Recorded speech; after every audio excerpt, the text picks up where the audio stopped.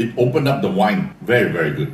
Worked, but maybe not the greatest pairing, I would say. But hey everyone, welcome back. It's me, Lionel Lau, the founder of dineout.com and your resident wine and spirits expert. How's everyone doing? As we continue our journey in trying to find wines that pair with local food, we now come to a fan favorite. I think a lot of people have asked me, can wines actually work with a dish as Bak Kut Teh?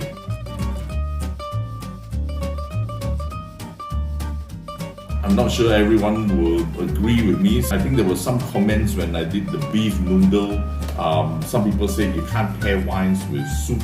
Generally, I would agree with you, right? But these dishes aren't just about the soup itself. Although the soup is a big thing, you want to taste the flavor of both the meat and the soup together. You don't just drink the soup together on its own, sorry. So we're going to do two wines. We're going to challenge ourselves a little bit. We've got a white and we've got a red. So we've got a white from Gigal. It's a Côte du Rhône Blanc. Now, Côte du Rhône, I think, produces some of the best value wines in the world. The Rhône Valley, which is the southern Rhône, it's all about blending. It's all about blending. They like to blend, and they do really, really well in blending, the mastery of blending. And they can blend up to 24 different grapes actually in the AOC. The Côte du Rhône Blanc, generally you will find is Grenache Blanc, some Claret and Viognier. So you get very perfumey, floral actually wines, and it generally is quite full-bodied, so you will handle strong dishes well. And the next wine we have is a bit of a challenge, a Chilean Merlot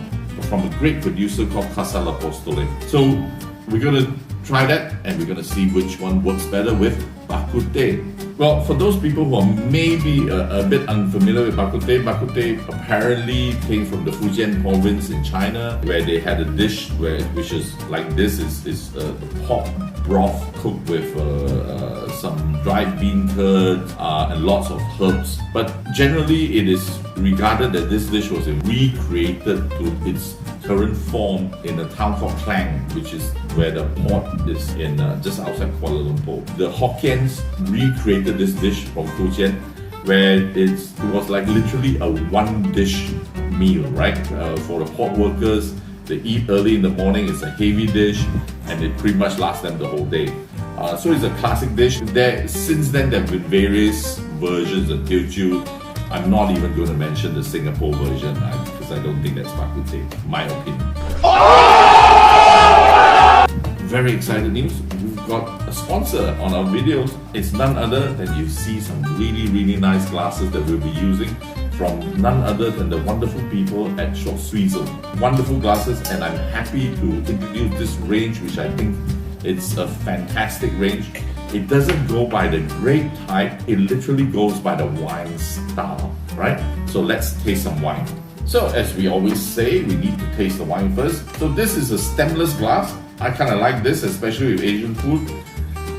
It causes less problems, you don't spill it, it's big enough, you're still able to swirl. Ooh.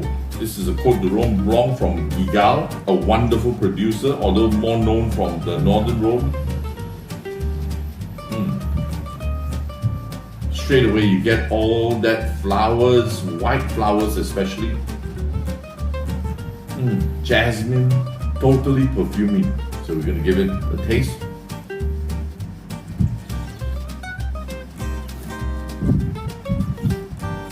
I think there's some masan in there. It's oily, it's rich, but it finishes dry. But definitely, I would say medium to full body.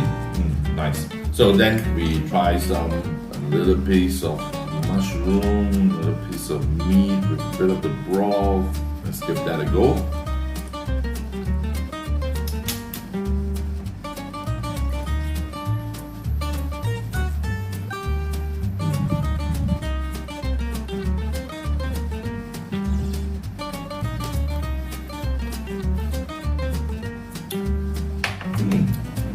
Nice, that's a nice combination.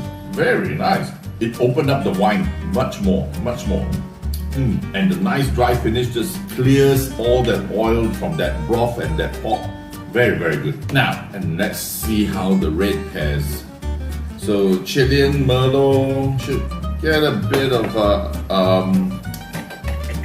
herbaceousness in there. You know, you get that some dried herbs. Oh, for sure, definitely dried herbs. I actually get some Chinese herbs out of this as well. Hint of green. Merlot always gets that hint of green. And this is a glass under a category. You could drink white out of this, you drink red out of this. And this glass is under flavorsome and fruity, I think, or something like that. But it just describes the wine actually. Let's taste the wine first.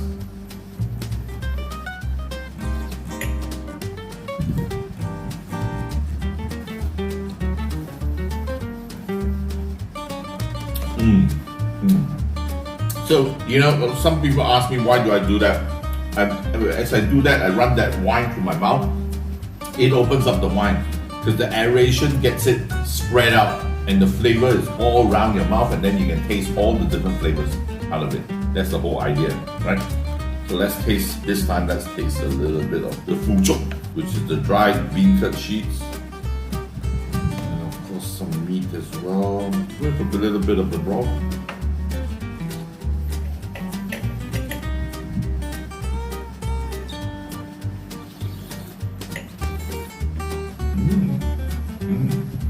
Okay, I wasn't expecting that. It brought out a lot more of the oak in the wine and actually brought out a lot more of those dry herbs. I can actually taste tong quai. Not sure whether it was in the wine or in the soup. It made the wine drier, if you will. Very interesting. Well, in a nice way. It didn't make the wine taste bad. If one surefire way of knowing if the wine doesn't work with a dish is that you get this metallic taste in your mouth. Guaranteed. Anytime you get a metallic taste in your mouth, you know that you've got a wrong match. Doesn't have that, it just creates a little bit more dryness in the wine. It brings out lots more of those dry herbs. So it's very interesting. Totally different. So I would have to say they both work, but maybe leaning a little bit more towards the Côte de Rône. A little bit more. Maybe 65-45 or 60-40, maybe. Yeah. I think the Côte de Rône has enough body. It's rich enough, can handle the fat, and it cleanses the palate and makes you ready to go again, right?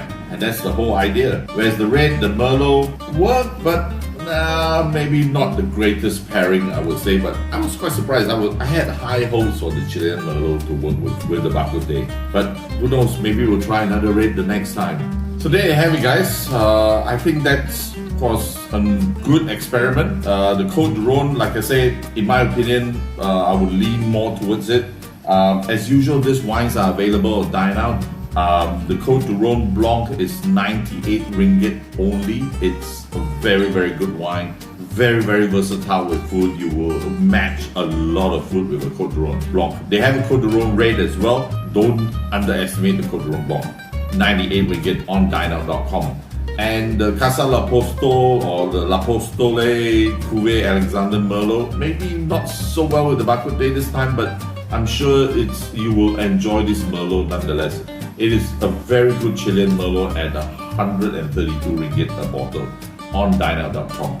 So grab them there and tell me what you think of the pairings, or if you have any suggestions or what you think works better with Bak Kut Teh.